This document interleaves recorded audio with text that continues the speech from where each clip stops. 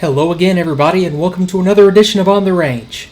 Today we're in the A-10C Warthog again, and I'm going to show you some more gun employment, and this time we're going to go against some moving targets and point out one of the features of the gun sight that can give you an advantage and help you get your rounds onto a moving target. So let's begin by getting the cockpit set up where guns run, and that is master arm to arm, gun pack arm to arm, and you can see that I have my green gun ready light illuminated, meaning that I am all set up and I'm ready to fire the gun. Now let me put the HUD into the gun mode so that I have the reticule in sight, so that's one depression of the master mode control button, and my gun's HUD mode is displayed. Now as we enter the target area, let me show you the feature of the gun sight that I'm going to be using this time around. As I enter a general dive, you'll begin to see on the middle of the sight two vertical lines, and those are called the MTI, the moving target indicators. These lines are calibrated so that if you place the lines on a target moving perpendicular to you at 20 knots, that's going to indicate the proper lead that you need to give the target for the rounds to hit it as it moves across the ground.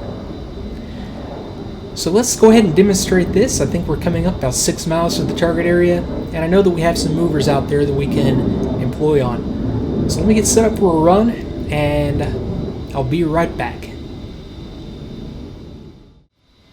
So I'm approaching the target area, and I see that I have a convoy. It looks like 4 trucks moving along the ground, and you can easily pick out moving targets in DCS by looking for the dust trails that they leave as they go. So they're moving from my right to left as I look at them now.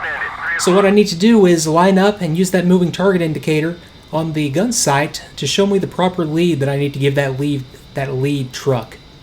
Now it's calibrated for 20 knots, but I don't think these are going 20 knots, so I'm going to take that into account and put the indicator in a slightly different position.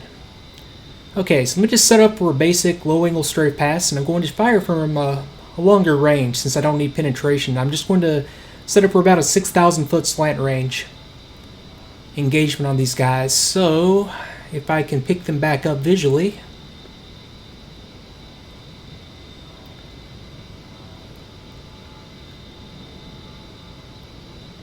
Okay, target in sight. So I'm just going to set up to overfly it and place the reticule short of the target. And again, using that MTI, I'm going to line it up on the target. So coming to about 2 miles slant range, I'm controlling my trim to make this work out. Coming up on about 9,000 feet, getting ready to fire 7,000. Okay, I'm going to pack 1. Good 2-second burst. Pull up.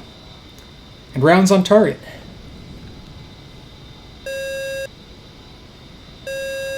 And like I said, it's calibrated for a 20 knot moving perpendicular to you, and I could tell those were not moving at 20 knots. If I had some way of gauging that other than just eyeballing it, you could make an adjustment to either side. In that case, I knew they were traveling a little bit slower, so I had the moving target indicator slightly to the right in that case of the target. So folks, it looks like those targets are hunkered down and they're not going to move around for me anymore. So I mean, that's a good enough description of that feature. Once you know it's there, it's very, very easy to use, but keep that in mind if you're up against some moving targets and you need to be sure that you're able to give them the proper lead and be able to engage them effectively.